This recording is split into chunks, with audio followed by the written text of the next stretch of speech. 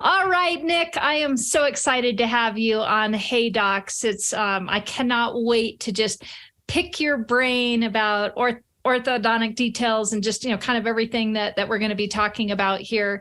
The way I like to start off our Hey Docs podcast is to have my guests tell us a little bit about you, about the company. So I'm just going to let you jump right in so I don't have to keep talking too much here. Oh, I love to hear you talk. I really appreciate the opportunity. I've been looking forward to this. So my name is Nick Wrangler. I'm the president and co-founder of Details, and we help practices simplify their ordering process. So we give them one place to order all of their supplies without having to change suppliers. And co-founder is Dr. Jeff Biggs, and so an orthodontist co-founder as well. And we've been at this for a couple of years. Other than that, I'm a dad. I've got 2 kids. Chloe and Beckham, and the team's growing at this point. So we're up to 10 people on the team, and great partners like you to reach out to and learn from. And so I'm excited to talk more about it. Yeah. So when I first heard about the company, it really intrigued me because I think that in our industry, ordering has been this beast out there, I think, and kind of the Achilles heel, I think, a lot of times of offices. And it's not something that gets a lot, it's not sexy, it's not new brackets, it's not this or that, but yet it is something that is so important to our orthodontic offices and to our overhead. And there's so many components of it. When you first approached me and you were like, Jill, let me tell you about this. Let me tell you about our company and let me tell you about Details and, what we're doing. Kind of Amazon came to mind a little bit. Mm-hmm. And I'm kind of curious to have you kind of break this down for us. What does this mean to have a company? Because this is different than Mary's List. This is different than a buyer's group. And mm-hmm. You've heard me, talk about outsourced employees and, being able to really use our employees' time better. And I think that Details kind of fits this in so many ways. So I know I'm throwing a lot at you, but I want you to unpack this a little bit. So tell me about the concept, but then also how does this help practices? Sure. Great questions. Just to be clear, Jill, I came from a consulting world where I was working with Fortune 500 companies launching new tech products. So I didn't think I'd be an orthodontist generally, much less ordering specifically. That said, as I got to understand the industry and the people in the industry, and just, as you said, it really is an Achilles heel. For us, early on, Dr. Jeff Biggs, my co-founder, mm-hmm. came to the consulting firm I was a partner in, and he was like, I have this idea, and it's like this Amazon for orthodontics. And in my mind, I'm like, I've heard, this week I've heard 7 Ubers for this, 3 Amazons for this, and all these different industries. Yeah. It's easy to dream. It's really hard to execute. And so, he was talking about this and he was so excited and passionate, as many orthodontists are. They're very entrepreneurial. And, he was like, here's what it would be. And he used the term Amazon for orthodontics. And we were kind of like, it's really cute. You think that's how this works, where you just show up, you can write a check, and you get a really complicated business model. We have there's suppliers to think about. There's a reason why things are the way that they are. Yeah. You have orthodontists to think about. You just told me you're slow to kind of adopt anything because you know what you're doing. So we kind of pushed back, but he came back as humble as he was passionate. And so we started talking to suppliers, talking to practices as well. And what we really discovered is that on both sides, it's really chaotic. Yeah. You can imagine, and we've already talked about this Achilles heel. In a typical practice, you don't have an administrative staff person that has nothing else to do doing the ordering. It's almost always a clinical staff person who you want on the front lines with patients and helping kind of lead the team often, even subtly. And so the last place that you want them is in the back on a computer or on the phone talking to a sales rep. Yeah. And yet, if you're ordering, $5,000 to $50,000 a month on supplies, that's a really important job. And so you have a staff person that is really quick to raise their hand and say, sure, I'll do that. but they're really slow to raise their hand and say, I'm burnt out, or I'm tired, or I can't possibly do this as well as I want. And so the original concept that he brought was, wouldn't it be great if I just had one place to go to order from all of my suppliers? That was kind of the starting point. Right. And so what we've evolved that into is a similar impact, in that the practice has one website to go to that we've built. It's a custom platform specifically for ordering orthodontic products. And that clinical staff person or whoever's doing the ordering only sees all of the stuff that you typically order. Because what we found is that more than 80% of the time, practices are just reordering more and more of the same stuff. Every now and then there's some shopping that's needed, or some comparison that's needed, et cetera. But we've created that. So you have one place to go to order from your suppliers, everything from office supplies to brackets to wires, whatever. And so as a result, it saves the practice a ton of time. And just to kind of loop back to the sexiness of this, or lack thereof, of this industry, for me, it was really exciting. I left that consulting firm and got their permission, and we all worked together. They're investors as part of a lot of what we're doing here. But I was excited by Dr. Big's passion and his knowledge. He's a professional, like all orthodontists are, but he has a very high standard. And I was excited about building a new business with someone like that. But then in the last, 12 to 18 months, really the thing that's flipped this for me and made this sexy is that every practice has a Brittany or a Lauren or a Stephanie or an Ashley or a Rachel. These are all customers, by the way. I'm not embellishing. And this person is overwhelmed. Yeah. Nobody is focused on them.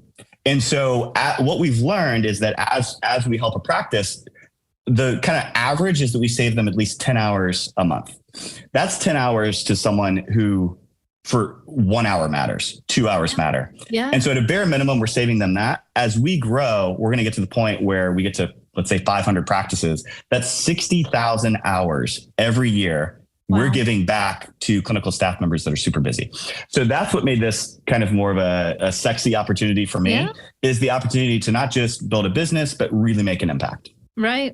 Being in the consulting world and, knowing how important each core team member is in our practice, the last thing we want to do is get our team members to the point of burnout. And then they're looking to go somewhere else. And I think, just having an opportunity with something just like Details, where we can give them a tool that simplifies. And I think that's what we're all looking for, is just simplified ways to do our work better. And, if we've got this tool where, the Brittany or the Lauren or the whoever, can just go on to this one platform and, order. And yet, I think for the doctor's sake, still know that, because I've been doing this for over 30 years now. And probably one of the biggest things I'd hear docs say to me is, Jill, they're just spending, I'm paying them so much money per hour to sit there and sift through magazines and, and go and try and find the best price. And then it's like a double-edged sword, right? Because on one end, we've got our CPA in our ear saying, hey, your overhead's too high, or you really need to pay attention to this.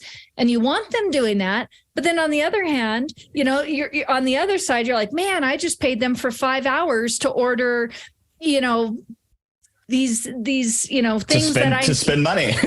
just to spend my money. So it's like this really tough thing. So I'm kind of curious to know how you guys help with the, yes, you've got a list of your most common things, but how do you know you're still getting the best price? But I'm also kind of curious to know, because I have a lot of my team members that are, in buyers groups, and we'll use Mary's group as an example. How do they get the best of both worlds, and can they work in conjunction? Sure. Yeah. Great questions. It's a catch-22 for a practice, because on the one hand, you can only save money if you put in the work to save the money.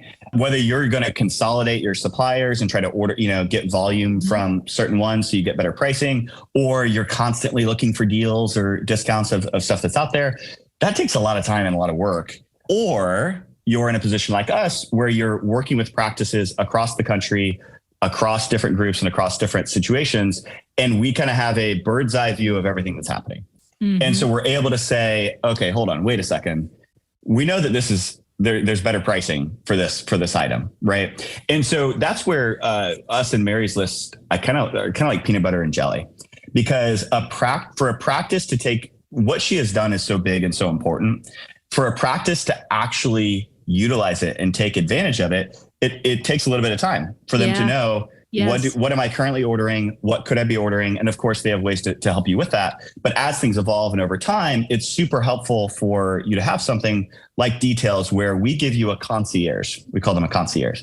And their job is to, at any time that you want us to check a price or to double check something, or just pay attention to what you've already got, whether you've negotiated it or Mary has negotiated it, we're able to hold the suppliers and just the practices in general to a standard that they want to hit. And if you're a part of Mary's List, the beauty is that we'll make sure you're actually getting the discounts that she's worked hard to negotiate for you. Or if you've negotiated a discount, I mean, it's not malicious on the part of suppliers. Their world, and we learned this as we started out, their world is just as chaotic and hard as the practices. Yeah. Even though it's kind of hard, it's hard to say, but that's true. I've talked to sales reps that are just used to getting a picture of a box at 7:00 on a Friday night, and they've got to turn that into an order. Right. And it's got to get there at a certain time. Yes. And so it goes both ways. That's where our goal is to make it easier for the suppliers to receive orders quickly, to communicate when there's something back ordered, to communicate when there's a shipping charge or there shouldn't be a shipping charge. And so there's things like that where if you're not a part of Mary's List, you're missing massive savings. Mm-hmm. And so, but at the same time, if you're a doctor, to expect your clinical staff member to spend time either doing the negotiations or looking to make sure they're getting the best price, or to making sure a supplier's applying, a Mary's List discount, or not charging you shipping, or didn't charge you for that back order that never arrived. Like, it's chaos. It's chaos if you're a practice. And so we just want to bring peace to that process and make it as streamlined as possible, so that the practices and suppliers are working together in a way so that the clinical staff can stay clinical and not clerical, not ordering. Yeah. Yeah. And I love it. It's like there's a peace of mind that knowing that there is this third party that's watching out for you almost on both sides, because, like you said, we want to help the teams be as efficient as they can. So we're looking out for the time of the team member that's actually having to do this. But we're also looking out for the doctor in the sense of the financial, that's exactly component of it. I really like that concept. The other thing that kind of comes to mind when I'm thinking about this is, and unfortunately, we do have a lot of turnover in our industry. And I think when I look back over the years at some of the struggles that offices have had, and again, I don't think ordering in this part of our office gets a lot of hype, but we need it. We can't go without orders. Is we'll have this turnover, and now who's got the time to teach the person? Oh, here's my book and here's my sticky note and here's where I ordered this, and well, this was what I ordered last time, and what a concept to be able to just say, hey, call Details, figure out how to use the platform. Everything is already there. Yeah. And just step in and start going. We have this happen all the time. Here's how that happens, Jill, with Details. You give them the login. That's it. And now all the stuff is in there. Your ordering's in there. The history's in there. Someone on our team that is aware of, kind of the general frequency. So if you've not put in an order for, 5 weeks or something like that, like it quickly becomes a situation where like, hey, maybe you may want to order some more, brackets, or, haven't ordered gloves in a while. That is exactly the situation that happens so frequently. Even stuff like vacation. Someone's going on vacation. Yes. The stress for that person of making sure orders have gotten in. I think we've had 3 babies this year, just staff that stepping out for a little bit and then coming back. But even that is like a hugely stressful situation. And so it should not be like that. You mentioned earlier, the keeping our staff focused on what we want them to focus on. This is what Dr. Doug Depew's practice kind of really brought to light for me, was they want to trust experts with the stuff that is not orthodontic work. Mm-hmm. And so they have a variety of different people that they lean on for certain things, right? And so this is just an extension of that. I think this falls a little bit in that category. You've heard me say it a lot about outsourced employees. You guys are, to a point, an outsourced company, outsourced employee to really helping manage this. We still need the oversight of somebody in the office, just like with any outsourced employee. We still need that, but yet it's a small amount to getting where we want to go, which is what I've just loved about the concept of this company. And really, I'm like, gosh, how have we not gotten to this point sooner? So I'm glad you guys are here and on the scene. So here's something I'm kind of curious about, because I feel like there's been a lot of change as we went through COVID and, from how we order to what we order. Have you guys been able to see or track any trends in ordering in our kind of, I'll call it our post-COVID climate? Yeah. Great question. It's different. It's been different in different seasons. Obviously, right away, consumables was a huge issue. PPE was a huge issue.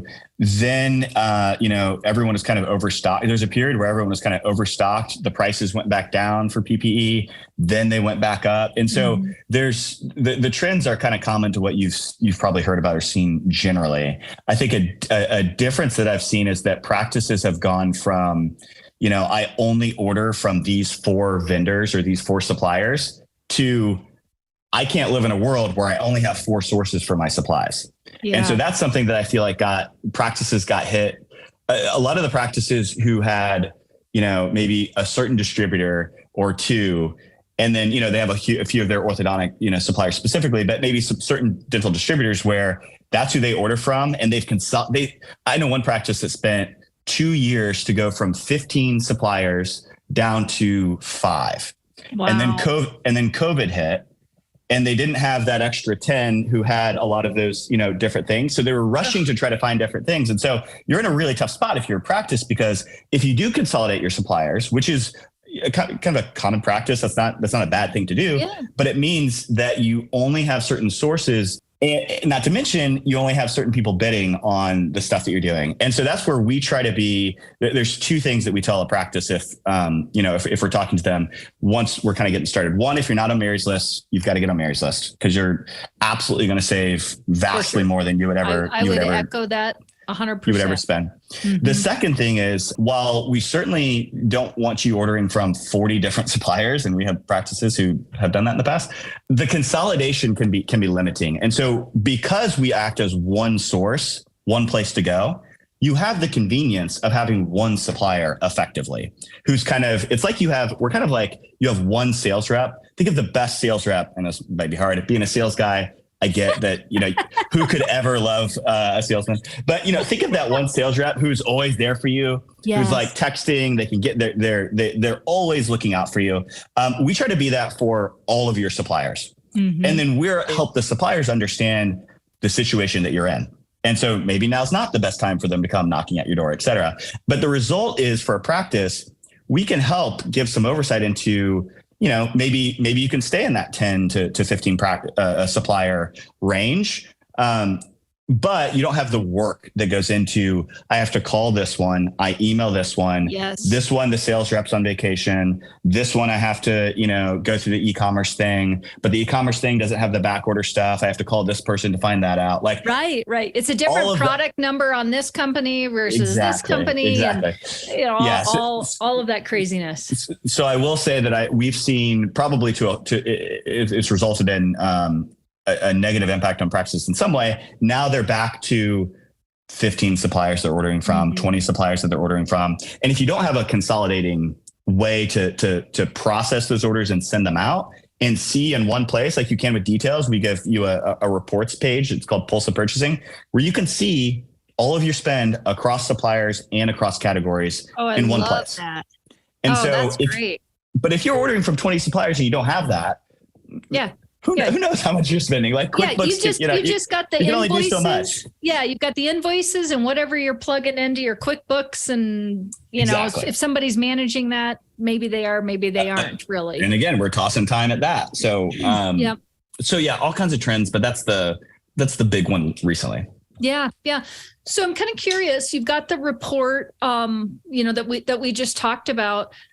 do you also have something that kind of helps? And I know budget is a big deal. And I think that we're probably, moving into, depending upon which camp you're in, maybe a recession coming, maybe we're going to be tightening up our belts a little bit and probably being a bit more mindful, which is smart, going into this next year. Is there a way that Details can help doctors manage their budget, manage what's coming down? I mean, I've got to think, I'm going to use that analogy of, we got a team member going on maternity leave, and I've seen this happen a lot, where all of a sudden there's this huge order that goes in that, is now going to sit on the shelves for way more, you know what I mean? Like, and it's like the doctor gets hit with a big number and then nothing, and then a big number again. Can you talk to that a little bit and how you guys are able to help with that? Sure. Yeah. We've had a couple practices that have they've requested, what they did was they requested 6 months worth of orders, basically, for, a good chunk of their suppliers. And we're like, well, hold on, if we're going to do this, why don't you let us shop that a little bit and just make sure that we're, that's a big order. Like, you have an opportunity there. So we've helped some practices do that, just kind of anticipation. You never know what's going to happen. And so I think an important thing to do is to get some best practices in place, get people like you, get a part of Mary's list that can help you think through what are our best practices that we're always going to do, have a safety stock, that you have as well. But in terms of actually preparing for that, I think the best that you can do is establish some best practices. And then if you're concerned about something, then use it to your advantage. So if you're going to do a big order, then that's fine. Negotiate with your supplier. That's where we can come in and kind of give them maybe here's what we're seeing generally, across practices, across the country. We've got practices that are like, 4 staff members, one doctor, all the way to 9 offices, 5 orthodontists. So wide range of different practices that are doing different things. We're happy to share what we're seeing, what we're learning, and then help if you're wanting to do some sort of bulk purchase in anticipation of that. And then as well, we just hired Carrie Ann Garrison Ford, who most recently she led the procurement team at Smile Doctors. Oh. And so she leads all of our kind of ordering operations, our concierge team. And so her knowledge and experience in the industry, she was clinical. She was clinical in a practice. She did the ordering. She has seen scale. And so she's been through plenty of, battles, whether it's economy or COVID or whatever. And so we just try to pass on as much of that information as we can, similar to, not to the same extent that you can, because you're kind of constantly consulting, but share what we're seeing and then help the practices make decisions. I love that. Now, do you have some type of reporting that you're able to give docs as far as like what their spend is or what their trends are, or maybe even how they can save money, or I don't know what might be on the report if you have something like that. Sure. Well, I bet if you and I spent about 30 minutes, you'd be able to tell me exactly what should be on that report, and I would love to hear that. So we do. So we have some basics. When you just by being a part of Details, you have your pulse of purchasing, which is your spend across suppliers, across categories, et cetera. And then we look for certain things. That's where the you having a concierge is important, because while they're working with multiple practices at the same time, they're not getting moved around constantly. Right. And so they're assigned to you, so they know when you have someone leave, or you have, you hire someone new and you want that person to do it. We have some of that historical knowledge. And so we, on the one hand, we are a software company, we're a technology company. And so we have data that we can share about what we're seeing generally, but then also the industry just isn't to the point where I think this is where a lot of people have failed, trying to do similar things to us, is they try to either go completely e-commerce, like a website you can go to, and you can order all of your stuff in one place, or very procurement-y, very like corporate. No. You can order everything here. No humans are involved. Yeah. But then they're only really connected to like a few suppliers, and who are those suppliers? We don't know. Right. There has to be a blend of I'm so jealous of Grin's copywriting and their messaging about combining AI and humans, but that's augmented reality. Augmenting the human with technology. Yep. Yeah. So we have a very similar philosophy.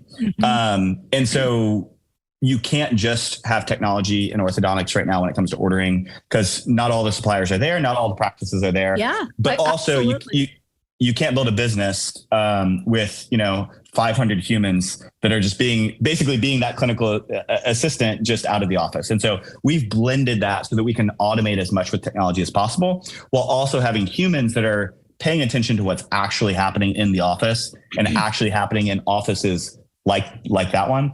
And then passing on, here's what we're seeing. Hey, your spend is way up. And just try to help the practice spend the least amount necessary in order to see their patients and make decisions. Yeah. I just love everything about Details. And I think that it is exactly what our industry needs. And I think you guys are doing it the right way. I have a thought, and I'm sure a lot of listeners may be thinking this too. Like with anything new, and bringing something in, number one, it's getting the buyout of the team for them to see the benefit. And then it's like, what are those pinch points that I'm going to go through if I want to move from ordering in office onto a platform like this? Like, can you talk a little bit about, how hard is that? How long does it take? Yeah. What is onboarding like? Because I think so many times that's the obstacle in our practices to people saying yes to something. It's like, oh, that makes sense, but gosh, there's this, and this. And so they just get so wrapped around the axle on the four things that seem like they're going to be really hard that they never make the one step forward that really in the long run is what they, should have done years ago. Right. Yeah. Yeah. No, you nailed it. One of the things, the irony is, we're telling practices we're going to save you time, but you can't tell them you're going to save them time and then be like, okay, there's 12 hours of work you have to do to get to that point. Like that feels like an obstacle that is not worth climbing. Right. Do I have to close down my clinic? Do I have to take my core team member out of the rotation for a week to do this? Like, what does this look like? Yeah, exactly. And so I think we just to be completely transparent, I think we erred too far the other way, where we've done all of the work, where we tell the practice, my team, if they end up listening to this, they're probably not, because they're like, I don't have time to listen to your stupid podcast that you're on, Nick, because we're onboarding all these practices. My team would tell you that, so what we've done is we've realized that clinical staff member is as busy as we thought that they were. Yes. And so if we give them a list of tasks and homework, some of them will jump right on it and they love it because they see how quickly that will result. But on the other hand, if I have to spend 12 hours today to save 60 over some amount of time, when am I going to fit those 12 hours in? It's not going to be a priority. So the good news is we do almost all of the work. And so what we do is we help you, if you don't already have a list of suppliers, we help you with that. A lot of times practices will say we order from 6 suppliers. Like very commonly, the orthodontist will say 4 or 5. Yeah. The staff person will say like 7 or 8. And they'll look it in there and it's like 17 or 18. So we kind of help bring some reality around that. But then we help them get that list together. Whatever they have, we get it together into a place, and then they start to follow a process. We reach out to suppliers, coordinate to get some of that data, make sure it's all accurate, et cetera. But we're the ones doing 90% of that work. We're reaching out to suppliers. We're, doing all the back end work to get their data into the platform, et cetera. And so then when they log in, they have this initial set of the stuff that they, that they typically order. Right. And then we continue to onboard the rest of it as we go. Again, to be transparent, when we started, we were like, you can order everything you've ever ordered in one place, day one, which meant our team was killing themselves to get, 18 suppliers worth of data in. And then when we viewed the trends, like they didn't order from 80% of them for the first 60 days or something. So we're like, well, okay, we don't need to do that. We can just focus on, the 80-20 rule. What are the what are the suppliers they're most likely to order from? The 20% that they're going to order 80% of the time. So we've shifted to that, in the last few months. And so as a result, what a practice can actually expect is we're going to do a kickoff call. We're going to ask you for some information.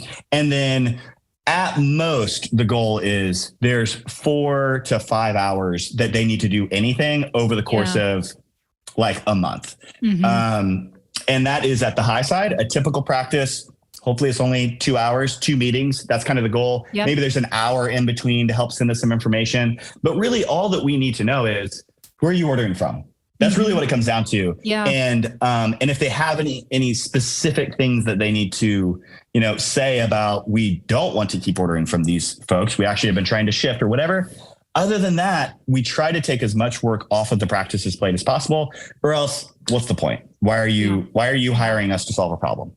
Yeah, that's great. And I think that really is the catalyst so many times to adopting something new or not, is how hard is it going to be? And what I love is, good or bad, you guys have really tried to make this easy, and easy as much as you can on the team. Yes, I will say to anyone that is currently in our onboarding flow, patience is the only other thing that's required. So we don't, on the one hand, we don't want to onboard everyone as fast as possible, and then they get in there and all the stuff is wrong, or there's issues. On the other hand, we don't want to take 3 months to onboard anyone, right? So we want them to be as snappy and as quick as possible. And so as long as there's a little bit of patience, at the moment, we're able to get them in. And again, a typical practice between us finding savings that they should have already been getting, but that weren't being applied, or finding them better pricing sometimes just by paying attention, being kind of, having the bird's eye view and able to see different places they can spend money. We're able to save a practice between 8 and 10% of what they were typically, they would have spent. Not to mention a minimum of 10 hours a month. And so that's great. It's worth the wait. Yeah. And again, that's kind of hitting both sides. It's hitting what we're looking for from the doctor component on our P&L side. And it's hitting what we're looking for from the team member on, everybody wants more time in their day. And if we can give that back and get those core team members focusing on what we want them focusing on in the office, it's just a win-win all the way around. Well, that's great. Absolutely. Well, this has been great, just hearing all about Details. If you were to leave us with, some parting words or, something we haven't talked about that you think our audience would want to hear, any final thoughts?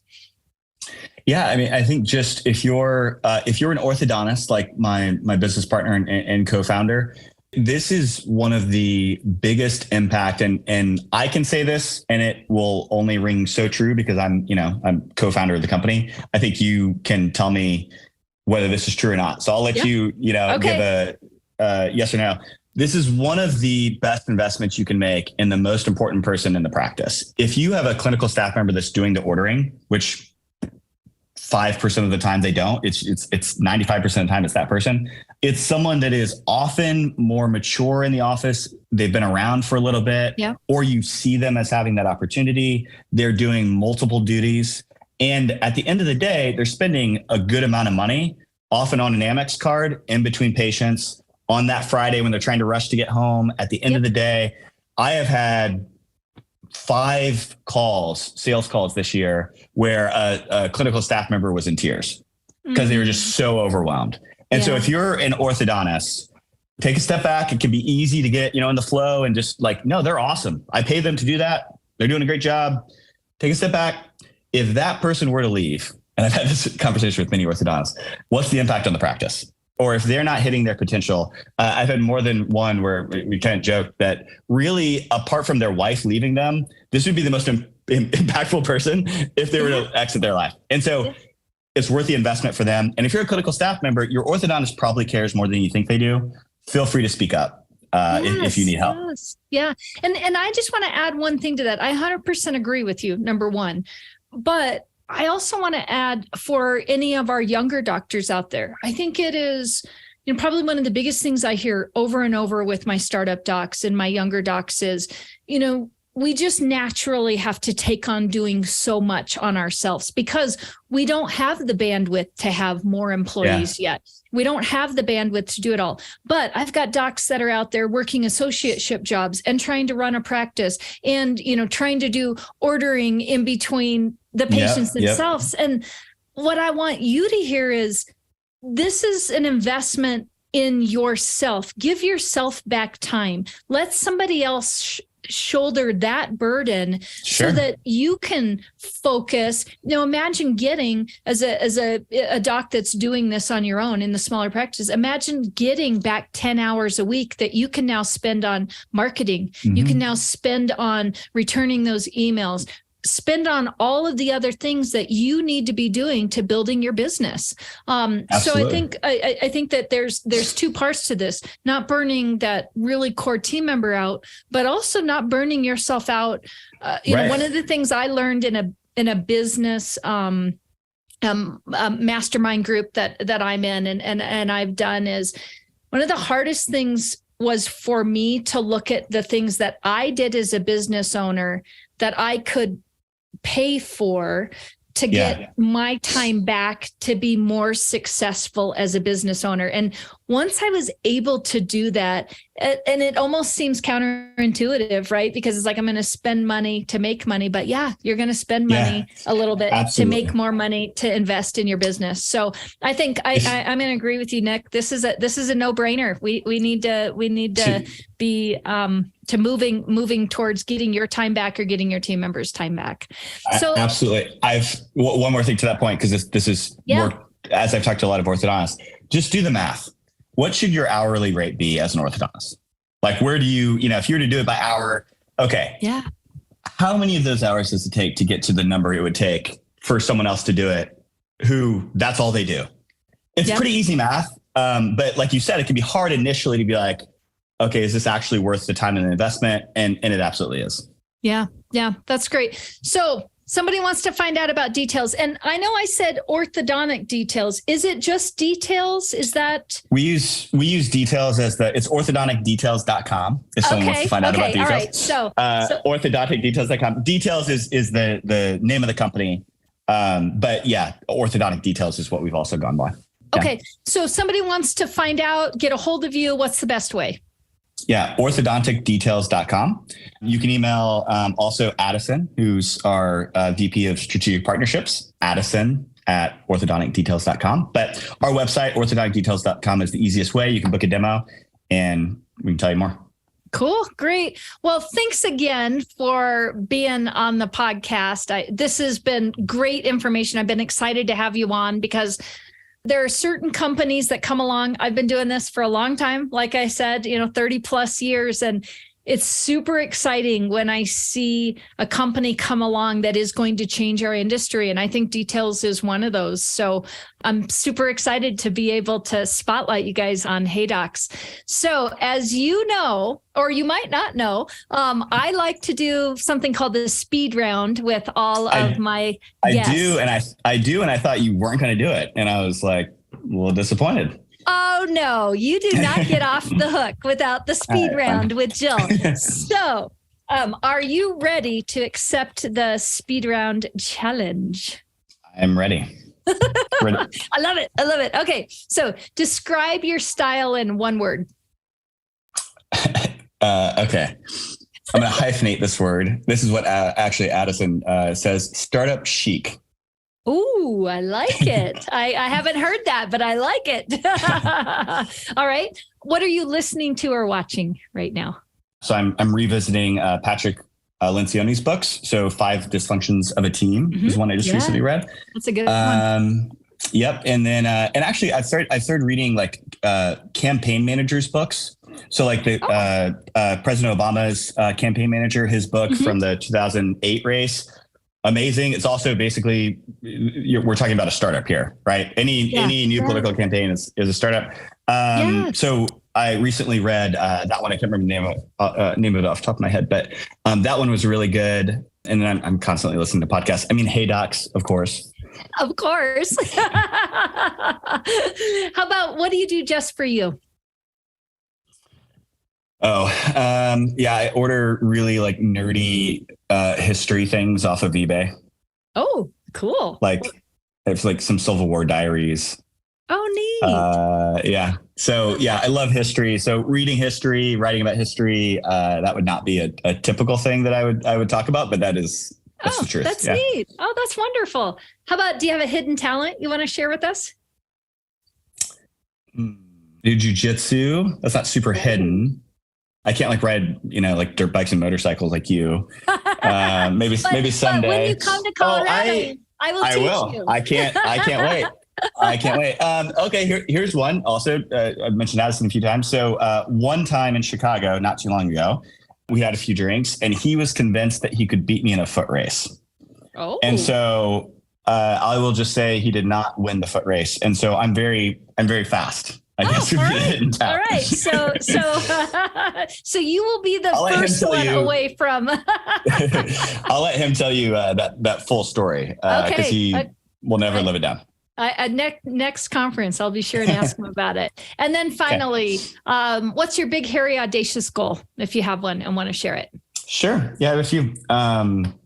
The big one, most like kind of relevant for here is I cited that math earlier because it's real. If we can get to the, between 400, 500 practices mark in terms of growth for details, it is 60,000 hours plus we're giving back to busy clinical staff members.